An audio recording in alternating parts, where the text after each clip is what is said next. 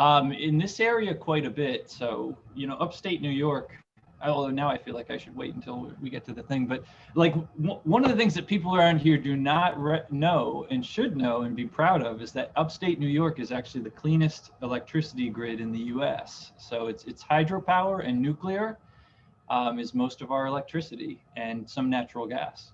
Wow, yeah, sure. Right, natural gas maybe for the fireplaces and the stoves, but electricity mostly from renewable. Well, yeah, or zero carbon.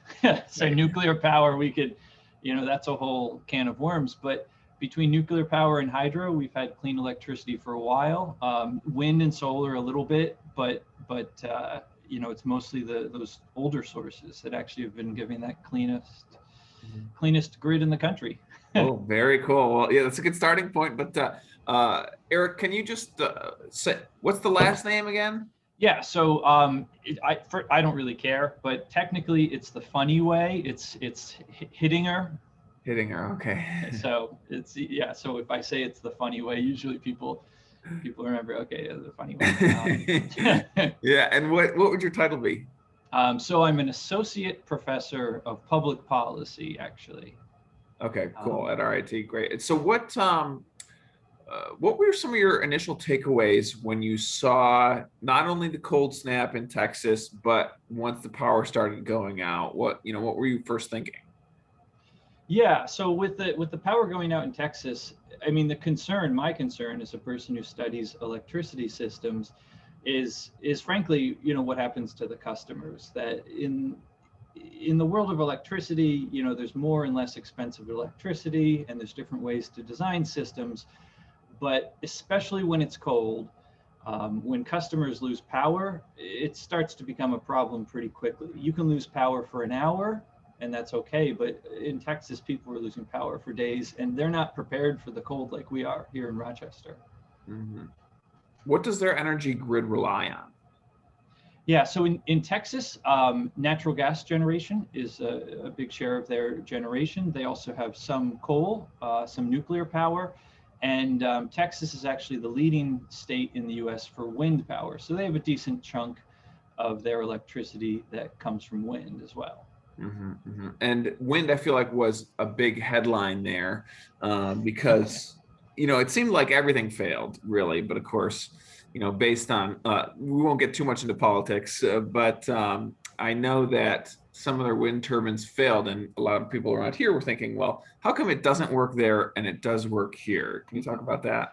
Yeah, so they had some problems with wind. Basically, their wind turbines are designed for warmer weather. And wind turbine, there's a lot of things that you can do to design it for different climates. So they have some of it's simple, like different coatings on the blades. So if you have an anti-ice coating, just like you might spray onto the wings of an aircraft, they have similar coatings that you can put on wind turbines that make it harder for things like snow or ice to stick. And if you're in Texas, that doesn't seem like it's necessarily worth the money to put that on. They also have the ability now with wind turbines to put heating elements into the blades themselves. So when they make the blades, there's actually embedded heating elements that you can use. Or in some cases, they pipe warm air through the blades, and that will melt any snow or ice that forms on the blades. Now, all those things cost extra. So if you're putting a wind turbine in Rochester or in Norway, you might see that as a worthwhile investment. But you could see why in Texas, the wind developers wouldn't necessarily make those investments in the wind turbines themselves. Mhm. Is there any government regulation that says you have to, or is that totally just I want to install these and it would be better if I did it this way?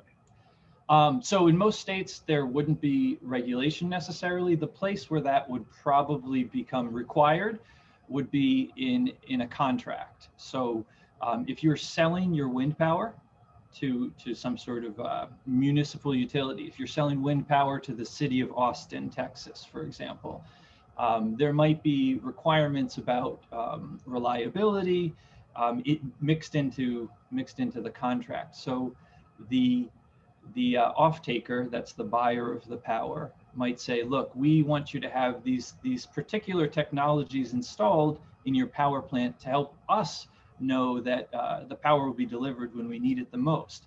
The problem in Texas is that most people in Texas didn't think about or plan for this type of contingency. So those types of requirements were not put into the contracts generally.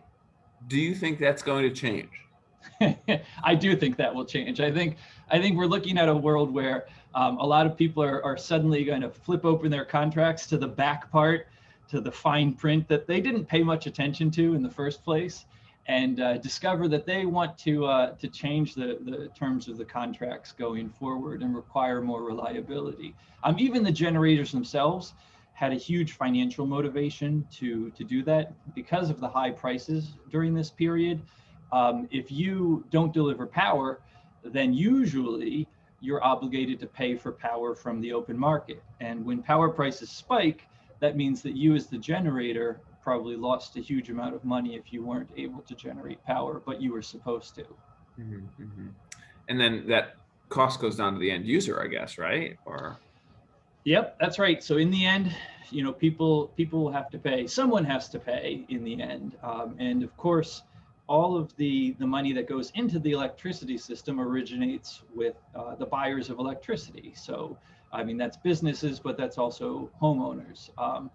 Usually, in many places, there's a buffer to the prices that homeowners pay that we pay relatively constant rates. And if the price of electricity goes up a large amount, for example, what happened in Texas, that would mean that the next year our electricity rates would go up a bit in order to compensate. But in this situation, because of the way some of the electric retailers work in Texas, there were homeowners that were stuck paying bills of thousands of dollars just for a few days of electricity. Interesting. Yeah, so it seems like, going forward, I think I saw one of the governors there saying that he's demanding that all the electric companies make sure they're ready for another cold snap. But what you're saying is it might not necessarily be government regulation that drives it, but just the private sector saying, we want you to continue to buy our energy, so we're going to make it more reliable, kind of. So you could, so it's possible. So it may be the case that we could say the competitive market will figure this out. Contract holders will demand this of the generators, or the generators will want to do it on their own. But I don't think it's particularly problematic for the government to step in and say, electricity is very important. A reliable electricity supply is important for the economy and society as a whole, and put in place a few smaller regulations that would try and guarantee electricity supply in somewhat unlikely events like the one that we saw in Texas. Cool.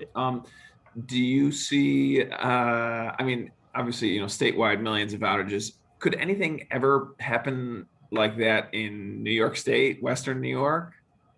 So, I mean, unfortunately, things like this can happen anywhere. They probably won't happen. The trouble with reliability in any kind of system, the electricity system in particular, is that you can always have more reliability, but you can never have complete reliability. So it's always a question of trade-off. This type of thing is less likely to happen in places like upstate New York because we're relatively well weatherized for winter weather. So outages are less likely to happen. The outages in Texas happen because everything from the natural gas distribution system to the power plants themselves were designed to be optimized for warm weather conditions, which is normally the challenge in Texas. But in a place like upstate New York, we're of course designed to be robust in winter conditions. And so, we might have a higher probability of outages in the summer when potentially it's less impactful here. But we also, tend to have systems that are designed to more stringent requirements due to the way that the New York State grid operates. Texas is a little more of an open free market and lets buyers and sellers of power work out the conditions under which the generation will operate, whereas New York has a bit more regulation from above that tells generators what designs and policies they have to follow. Okay, I think that's probably pretty good. I mean, lots of signs show that climate change could result in more cold snaps. We could see this again, but it seems like hopefully, once you see it once, unfortunately, I feel like sometimes it takes millions of outages to realize that there's a problem, and so, you know, can we be hopeful, I guess, that the infrastructure is going to improve? Well, we can be hopeful, but climate change makes the whole thing challenging. So a lot of things, everything from the way our houses are designed to power plants, are mostly designed based on historical weather conditions. What has the weather been like over the last 100 years? What have been the extremes of our weather in the last 100 years? And the tricky thing with climate change is that we're mostly not sure exactly what will happen, right? The only thing we can be sure about is that it'll be different. So we have to plan for weather that we're not entirely sure about thus far. Mhm. Yeah. Okay, I think that's good on my end. Is there anything else you think we missed or you might want to add to the conversation? No, I think that this Texas outage thing has been an interesting wake up call, maybe um, for those planning for strange weather events in electricity systems. We had similar things happen in California over the summer due to hot weather. And I think it puts a fine point on how important electricity supply is to society. It's the type of thing that we don't really think about much until it's gone, and then we realize how critical it was. So it shows how important reliability is for all of our needs. Right. Okay, that should do it for me, Eric. Thank you for taking the time. Okay, thanks. I'll take care. Okay, bye bye. Bye.